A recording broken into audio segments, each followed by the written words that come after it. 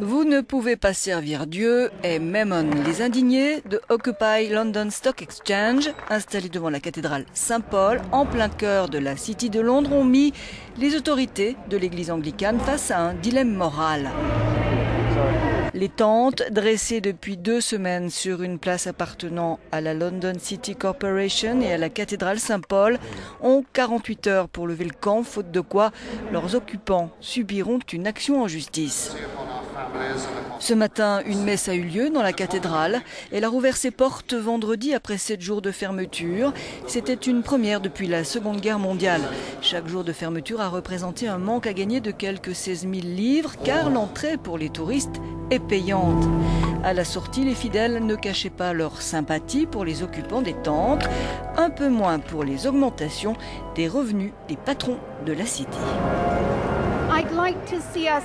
Je voudrais qu'on trouve des moyens de réduire cet écart entre riches et pauvres, dit cette femme. Je trouve que c'est ridicule que les rémunérations des hauts dirigeants aient augmenté de 50% quand le pays est dans cette situation, rajoute cette militante. Je ne m'oppose pas à ce qu'ils gagnent beaucoup d'argent, mais avec le climat économique actuel, c'est ridicule.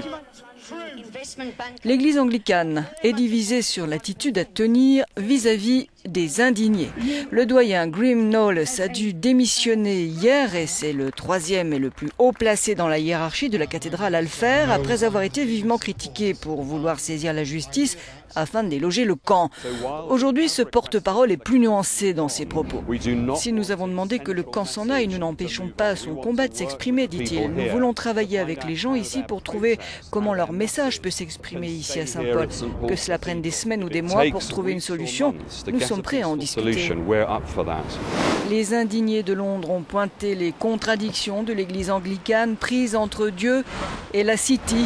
La cathédrale Saint-Paul a reçu ces 10 dernières années 40 millions de livres en dons, dont ceux des banques Goldman Sachs, UBS et HSBC.